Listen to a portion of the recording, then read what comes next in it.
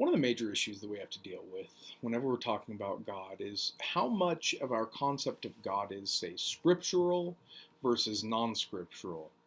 Now, I'm a good Catholic boy, so I don't buy the usual notion that we have to abide by sola scriptura, scripture alone, when we're talking about any theology. I think we incorporate a sense of tradition, we incorporate a sense of philosophical language beyond the scriptural texts themselves. So you're going to find a lot of that in the book that I've written.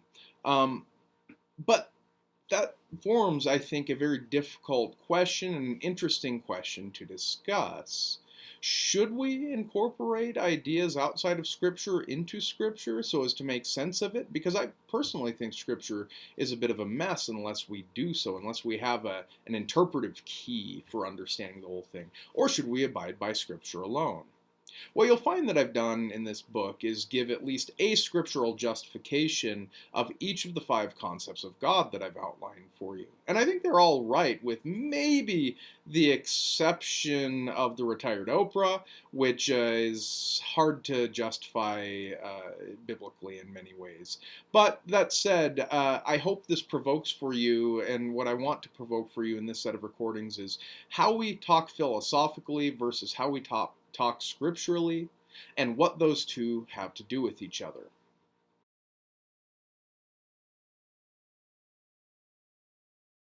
One of the big questions tied to this question of God and whether we have a biblical conception of God stems actually from the Protestant notion of sola scriptura, that we know God by Scripture alone, that we know, if we go with Luther, God sub contrario, beneath the contrary nature of the cross somehow.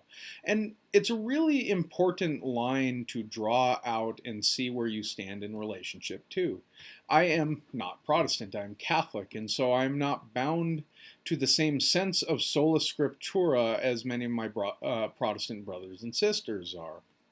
And so it's easier in some ways for me to be able to ask philosophical questions of God, and indeed incorporate philosophical ideas of God into how I'm conceiving of God, regardless of whether they fit directly into a scriptural understanding or not, as if there is simply one scriptural understanding.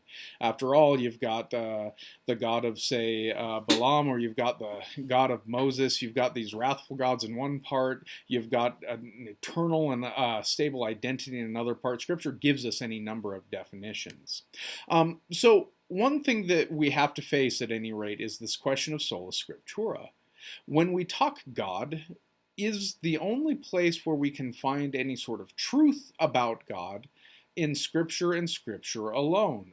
Or can we talk like a Catholic would and say that God is indeed philosophically the highest possible reality, and scripturally is shown to care for us such that God desires to save us as this highest possible reality? Or do we have to say the other way, no, we can only talk about God within the context of scriptures, abdicating all philosophical expression elsewhere? Now, my own answer to that is you can't get away from philosophical expression of God. That even if we begin to try to systematize the many notions of God as already found within Scripture, we do that as based on philosophical conception. So we're always drawing in a philosophical conception of God into our scriptural definition of God. But I think that's at least a question worth pursuing, and it's one that I would pose. How do you come up with a purely scriptural definition of God, and how might someone like myself respond to that? I think at least one interesting question that arises for someone like me, who does not simply say that he needs to hold on to a biblical view of God, but wants to incorporate 2 views of God, a biblical and a philosophical, is how you incorporate that philosophical language into the biblical language. So, for instance, God seems to emote, God seems to be filled with grace and wrath at certain points in biblical understandings of God, and the philosophical conception of God, at least as I'm defining it in accordance with Miyagi God. Always a funny statement there. God doesn't emote. God doesn't have feelings. These are expressions, if you will, of passivity, and God is a pure activity from the standpoint of Miyagi God, right? So the question, I think, and a fair question from, say, scriptural advocates in the strongest sense of the term is, well, how do you make sense of these ideas then, biblically speaking?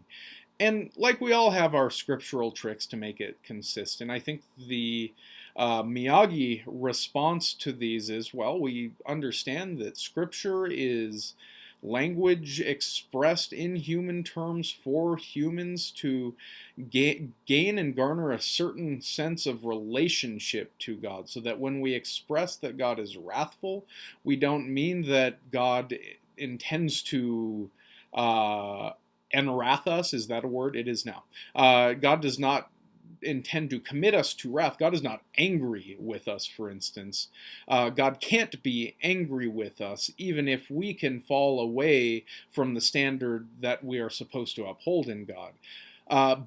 But wrathfulness does express a feeling that we should have in relationship to loss of covenant that might come out of our sin, for instance. But it doesn't have to express the nature of God in God's self. Now, that is one possible solution for someone who advocates for something like Miyagi God. But I would challenge you to think up other critiques of this type of defense, and then ask yourself whether or not you have analogous types of defense given differing types of issues. In what ways do we, if you will, look at scripture literalistically when convenient, and from a different hermeneutic when that literal interpretation is not convenient?